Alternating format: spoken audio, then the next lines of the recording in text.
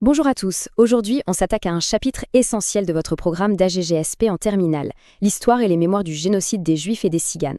On va voir ensemble comment les sociétés se confrontent à ce passé, comment elles leur racontent et surtout comment ce récit a évolué, tiraillé entre la rigueur de l'histoire et l'émotion des mémoires. La question qui va être notre fil rouge, la voici. Comment est-ce qu'une société fait pour se souvenir de l'irréparable? Vous vous doutez bien qu'il n'y a pas de réponse simple. C'est une tension constante entre le besoin de juger, la nécessité de comprendre et le devoir de se souvenir. C'est ce défi complexe qu'on va décortiquer. Bon, alors, premier point, et c'est un point absolument fondamental pour le bac. Il faut que ce soit très clair dans votre esprit. D'un côté, on a l'histoire, avec un grand H. C'est le travail de l'historien, une science qui se veut objective, qui analyse froidement les sources, qui cherche à expliquer. De l'autre côté, on a la mémoire, ou plutôt les mémoires, parce qu'elles sont plurielles, personnelles, collectives, elles sont subjectives, chargées d'émotions. Vraiment, ne confondez jamais les deux dans une copie, c'est le piège classique à éviter. Juste après la guerre, à la sortie des camps, l'urgence absolue, ce n'est pas encore de se souvenir, c'est de rendre la justice. La toute première réponse face à ce crime de masse, elle est donc juridique. Il faut nommer les choses, qualifier le crime et juger les responsables. C'est le temps du droit, le temps de l'histoire.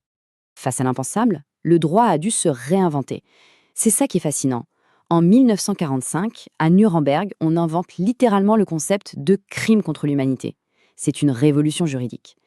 Puis en 1948, un mot que vous connaissez bien, génocide, forgé par le juriste Raphaël Lemkin, entre dans le droit international.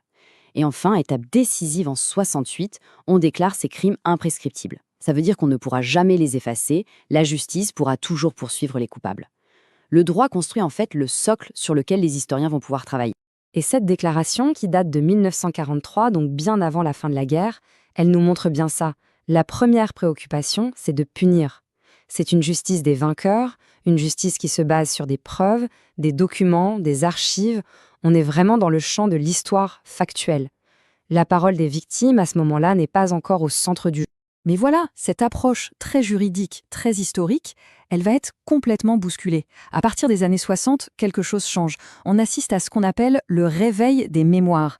La voix des survivants, qu'on avait très peu entendue jusque-là, va faire une irruption fracassante et venir confronter le récit un peu froid des historiens. Le grand tournant, c'est ce procès.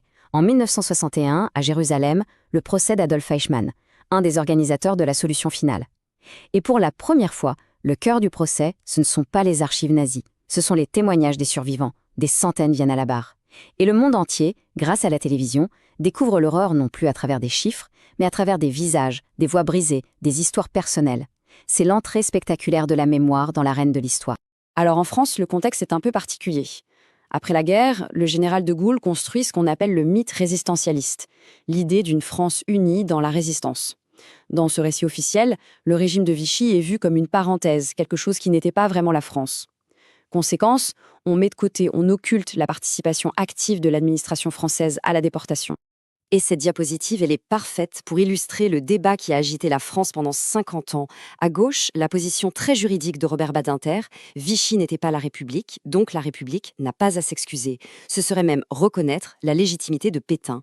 Et à droite, le tournant majeur de 1995. Jacques Chirac, qui vient pourtant du gaullisme, prononce cette phrase historique et reconnaît la responsabilité de l'État français. Cette comparaison, c'est de l'or pour une dissertation.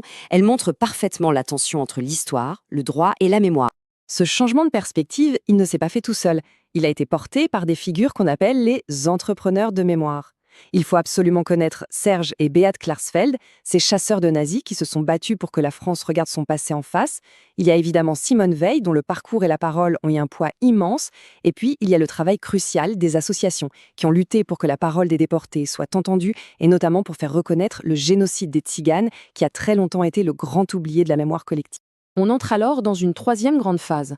Après avoir jugé et après avoir reconnu, la société se pose une nouvelle question. Comment faire pour que les générations futures n'oublient pas? Comment organiser, institutionnaliser la transmission de cette mémoire? Pour transmettre, aujourd'hui, on s'appuie principalement sur 3 grands vecteurs. D'abord, les lieux de mémoire, les anciens camps par exemple, qui ancrent le souvenir dans un espace physique. Ensuite, la littérature, les témoignages, qui permettent de saisir la complexité de l'expérience humaine. Et enfin, bien sûr, le cinéma, qui, par la force de ses images, tente de nous faire approcher l'inconcevable. L'exemple du mémorial de l'Holocauste à Washington est très parlant. Regardez ce que dit Bill Clinton lors de son inauguration. Le but n'est pas seulement de regarder vers le passé, c'est une démarche éminemment civique. On utilise la mémoire du génocide comme un outil pédagogique, un vaccin si vous voulez, contre l'intolérance pour les citoyens d'aujourd'hui. La mémoire devient une leçon pour le présent. Le parcours de ce livre, si c'est un homme de Primo Levi, est incroyable. Il l'écrit juste en rentrant des camps, mais en 1947, personne n'en veut. Les éditeurs le refusent. Pourquoi ? Parce que la société n'est pas encore prête à entendre cette parole. Il faudra attendre des années, le fameux réveil des mémoires, pour qu'il devienne l'œuvre incontournable que l'on connaît. Ça montre bien que la mémoire, c'est aussi une question de bon moment, de contexte. Et puis, il y a ce film Shoah, une œuvre monumentale et radicale. Le choix de Claude Lanzmann est incroyable, 9h30 de film, sans une seule image d'archive. Uniquement la parole des témoins, des bourreaux, des riverains, filmés aujourd'hui sur les lieux des crimes. Pour Lanzmann, il était moralement impossible d'utiliser les images filmées par les nazis eux-mêmes. Il a donc complètement réinventé la façon de représenter le génocide. Mais attention, et c'est une nuance importante pour vos copies, cette transmission ne se fait pas toujours de manière apaisée. Elle peut même créer ce qu'on appelle des conflits de mémoire. L'affaire du Carmel d'Auschwitz en est l'exemple parfait. Quand des religieuses carmélites installent un couvent dans un bâtiment du camp, cela provoque un tollé dans la communauté juive. La question qui se pose est terrible. À qui appartient la mémoire d'un lieu comme Auschwitz ? Vous voyez, les mémoires peuvent s'affronter. Allez, pour résumer, voici la fiche de révision à avoir en tête.